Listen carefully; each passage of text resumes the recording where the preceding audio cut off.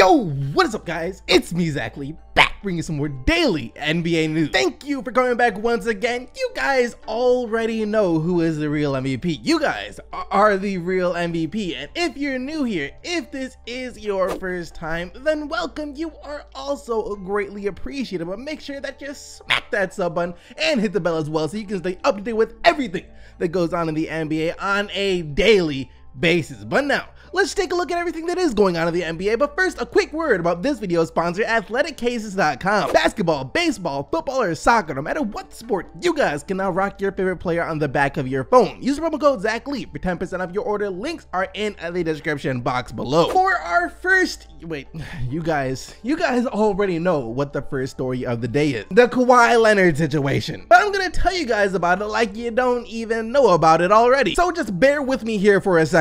Let's start that over. For our first story of the day, the offseason has already gotten off to a ridiculously crazy start, and it hasn't even started yet, as we got reports saying that Kawhi Leonard has officially asked to be traded from the San Antonio Spurs, as Chris Haynes of ESPN tweeted out this: Kawhi Leonard wants out of San Antonio, league sources tell ESPN, which immediately sent the world of basketball into utter chaos. And well, what made it even more chaotic was when Woj got in on the party by tweeting out this: San Antonio's Kawhi Leonard has Los Angeles, preferably the Lakers, at the center of his preferences for a trade destination, league sources tell ESPN. Like I said, complete and utter chaos erupted after this series of tweets, and it wasn't the best day to be a Spurs fan, you can imagine. However, I do have just a shred of good news in there for Spurs fans, since I know these are hard times for you. All hope isn't lost for you guys yet, because Woj also tweeted out this: sources, so far Leonard has expressed nothing directly to the Spurs about his future. Lakers and Clippers are interested in Leonard, and both teams will quickly move to assemble packages to acquire Leonard. Spurs won't rush. Leonard and his camp had shown interest in $219 million Supermax deal. So it appears that we actually have no word from Kawhi himself or his camp yet saying that yes, we do want out of San Antonio. I have to say though that this situation with Kawhi Leonard is eerily similar to the one that we had with Kyrie Irving last summer. Superstar level players asked for a trade and submit a list of teams that they like to be traded to. Granted, Kyrie Irving's list was more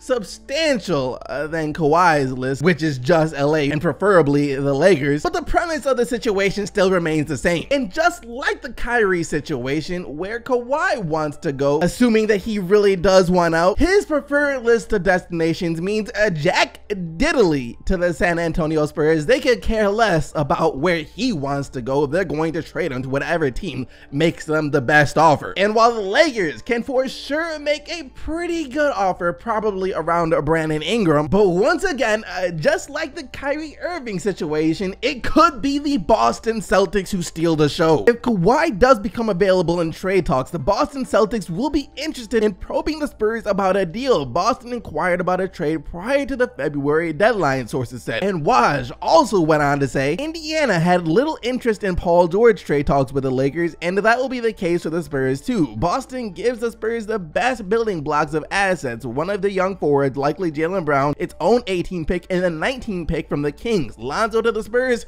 don't hold your breath. Now, I think the Spurs organization will more likely be interested in Brandon Ingram to replace Kawhi Leonard than Lonzo Ball. Then again, Lonzo Ball might actually fit in the Spurs system pretty well. But still, I can't see the Lakers ever actually trading Lonzo. Like, I can't picture him wearing another jersey. So essentially, if Kawhi Leonard does become available, then this all boils down to, who do the Spurs want more, Jaylen Brown or Brandon Ingram? And that is a pretty tough question to answer, since both of these players at the very least are going to be stars in their career. So actually what it really comes down to is, who is able to put up more along with those players? Who is able to sweeten the deal more for San Antonio? And if the Spurs want draft picks along with those players, well then the Boston Celtics have a lot more to offer in that area. For our next story of the day that is completely related to our first bit of news, by the way, immediately after news broke about the Kawhi Leonard situation, Vegas decided to update its odds as to who wins the NBA championship next year. And believe it or not, but the Los Angeles Lakers skyrocketed to the top of that list. Check it out. On June 11th, OddsShark gave Los Angeles 16-1 odds to win the NBA title. The only teams ahead of them were the Golden State Warriors 5-4, the Houston Rockets 4-1, the Philadelphia 76ers 9-2, and the Boston Celtics 6-1. That was back on June 11th. A lot can happen in what, 4 or 5 days. Now though, they are the betting favorites to land Kawhi Leonard by a landslide. I mean, the odds are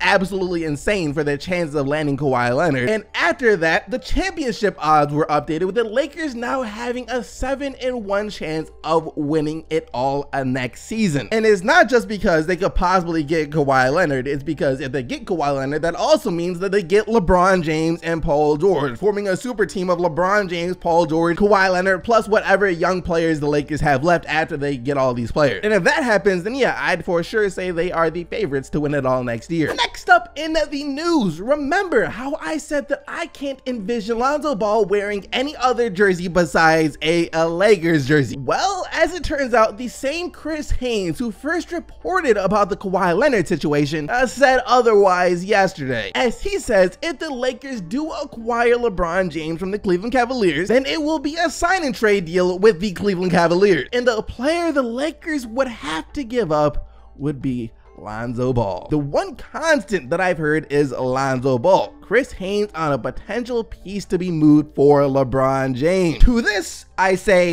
yeah, right. People might think that LeBron will want to get Lonzo off the Lakers if he plans on joining there, just so he wouldn't have to deal with the circus that LeVar Ball brings along with Lonzo Ball. But that wouldn't be the case at all. I think LeBron would go to LA because he wants to play with Lonzo. Remember that LeBron was quoted saying this right before the Cavs played the Lakers for the first time during the season. This kid hasn't said anything. It's been everybody else. So I love his humility. Every time someone asks him a question, he says, this is not about me, man. I just want to win. I don't care about what we did. I seen him have a triple-double one game and they lost, and he was like, I don't care, we lost. So yeah, it sounds like LeBron is a lot more open to playing with Lonzo than he is to trading Lonzo Ball. And keep in mind that LeBron, of course, still has a no trade clause, and he technically has 1 year left on his contract that he can opt into in part of a sign and trade, similar to how Chris Paul was traded to the Houston Rockets last offseason. And if the Lakers and Cavs come to him with a proposed trade where he sees that Lonzo Ball will be traded in order to get him, he'd most likely say no to that trade and then just go into free agency and try and work things out with the Lakers on his own. For our next bit of news, it seems that Kyrie Irving is really optimistic about this Boston Celtics team and how great they can be, as he said yesterday that he knew from the first day of training camp that this team was going to be special. We had a really good training camp, like a really good training camp. The preseason games weren't even going to be a factor to determining how great we were going to be. I knew it from the first day because of the challenge of forming this team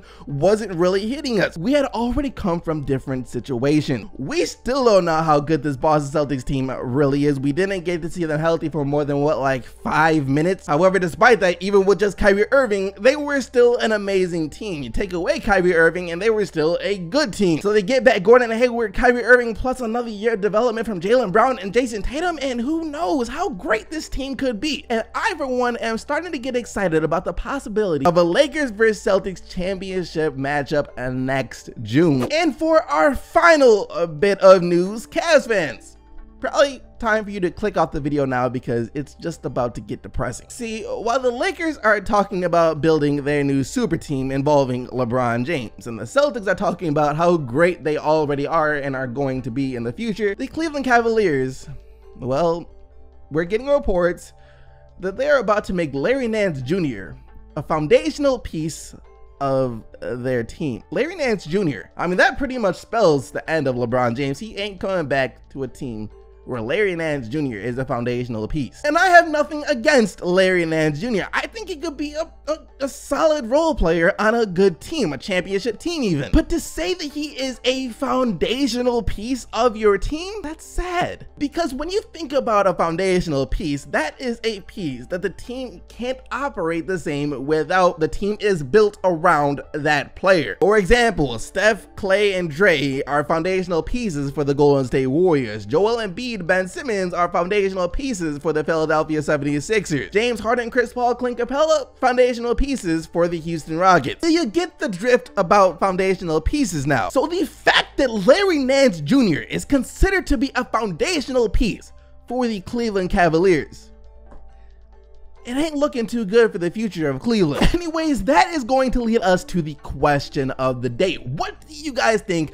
about this entire Kawhi Leonard situation? I want to know down in the comment section below. But that is going to do it for today's video. Hope you guys enjoyed. If you did, be sure to smack that like button and subscribe to the channel so you don't miss out on more daily NBA news. Thank you once again for watching. I'll see all of you right back here tomorrow. But until then, keep getting the Bucks, Team NTC, and I am out of here. Peace.